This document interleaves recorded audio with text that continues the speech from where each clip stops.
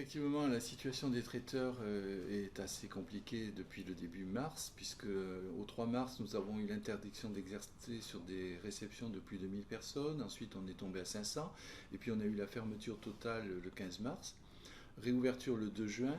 Mais la problématique des traiteurs est bien différente de celle des restaurateurs. Un restaurant, moi j'ai 2 restaurants également, au-delà du traiteur. Quand on ouvre la porte du restaurant, les clients retrouvent l'accès au restaurant et reviennent petit à petit, bien évidemment pas aussi vite que ce que nous avions auparavant, mais on a un retour de clientèle.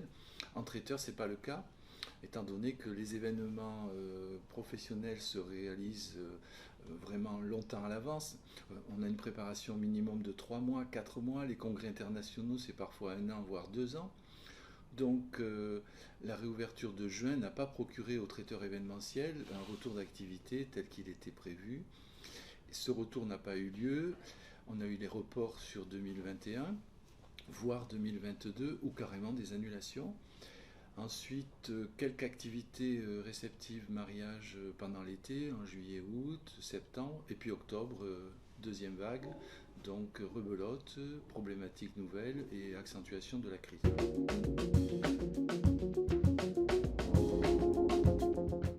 Donc au niveau des traiteurs, c'est un métier qui est spécifique à l'événementiel, aussi bien du professionnel que du particulier, avec des charges très importantes en personnel et en structure, puisqu'il nous faut des laboratoires agréés, il nous faut des normes de qualité, il faut respecter le produit et le client, donc des coûts très élevés.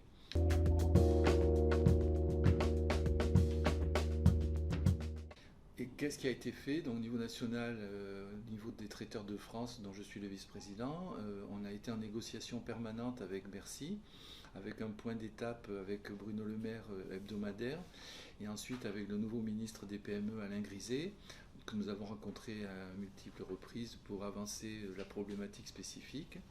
Nous avons été très bien écoutés, entendus, puisque le ministère des Finances connaît parfaitement la situation des traiteurs. Bon, situation qui est tendue, étant donné qu'on a réalisé nos chiffres d'affaires que sur janvier et février. Donc vous imaginez ce que ça peut représenter en pourcentage de chiffre d'affaires sur une année. Et les aides ont démarré en mars, mais ont été très ciblées au départ sur les entreprises de moins de 20 salariés, avec une aide de 1 500 € pour les moins de 20. Cette aide est passée à 10 000 € ensuite pour les moins de 50 salariés au mois d'octobre. Et enfin, depuis le 1er décembre, l'aide est vraiment proportionnelle au chiffre d'affaires perdu, puisqu'elle est de 20% du chiffre d'affaires réalisé l'année précédente. Donc là, cette mesure est intéressante parce qu'elle reconnaît les charges restant dans une entreprise et nos charges fixes permanentes, que nous travaillons ou pas, sont égales à 20% de notre chiffre d'affaires. Donc là, on a une reconnaissance de cette difficulté.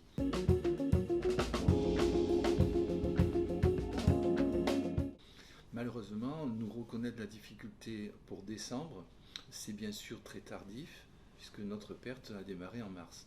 Donc aujourd'hui, nous continuons à demander au gouvernement de prendre en compte la situation spécifique de notre métier, qui ne reprendra pas, comme les restaurants, le 20 janvier, puisqu'à la réouverture, nos événements ne seront pas là. Donc nous demandons un appui particulier pour les traiteurs qui sont dans la situation la plus dramatique qui puisse exister au niveau du pays, au niveau des commerçants et des artisans français. Nous avons eu bien évidemment le chômage partiel et ça a été salutaire pour tous nos collaborateurs parce que la problématique est aussi de conserver les emplois, conserver les savoir-faire, conserver la qualité du travail puisque dans nos entreprises nous avons une grande partie de salariés permanents, nos chefs cuisiniers, nos maîtres d'hôtel, nos commerciaux et il faut pouvoir les maintenir pour que la reprise soit efficace lorsqu'elle arrivera, on espère, au mois de mai, juin. Et donc ce chômage partiel à 84% du salaire net a été très positif pour les salariés. Mais malgré tout, il reste une charge forte sur ces salaires, puisque nous devons ensuite rémunérer les salariés au niveau des congés payés. Il est quand même une particularité française que le chômage partiel procure des congés payés, et ça coûte 10% du salaire reconstitué de chaque salarié. Donc c'est une bombe à retardement qui va nous exploser dans les entreprises en 2021. Donc nous demandons à ce qu'un geste soit fait sur ces 10% de congés payés.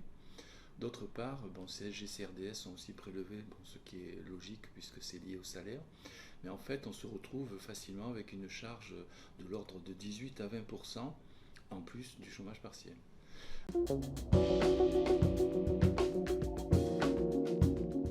Les PGE, qu'on appelle les prêts à taux zéro, ont été très efficaces pour nous maintenir la tête hors de l'eau, puisqu'ils ont été mis en place dès le mois de mars. Donc ces PGE, vraiment, ça a été une mesure salutaire. Ça a permis aux entreprises d'avoir la trésorerie nécessaire pour continuer d'exercer. Ces PGE, mesures aussi intéressantes, ont été prorogées de 12 mois, puisqu'au départ, ils étaient sur 12 mois, ils sont maintenant sur 24 mois à taux zéro. Donc ce qui est une excellente nouvelle et une excellente mesure gouvernementale. Mais malgré tout, on s'aperçoit qu'aujourd'hui, les PGE, pour notre métier, touchent leurs limites. Donc au-delà des PGE, on est en réflexion avec Bercy pour que des mesures supplémentaires d'appui soient mises en place à travers le gouvernement et à travers la BPI, avec des prêts participatifs, des avances remboursables, toute mesure qui peut nous aider financièrement à passer le cap et à étaler cette dette sur 7 voire 10 ans pour les avances remboursables, parce que nous ne pourrons pas rembourser les PGE.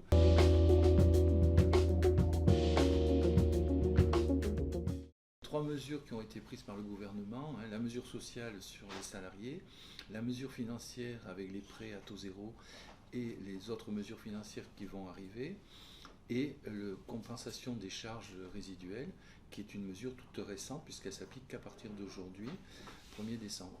Donc ces trois palettes de mesures, effectivement, sont positives pour nos entreprises, mais s'avèrent insuffisantes parce qu'il nous reste tout ce que nous n'avons pas réalisé de mars à décembre.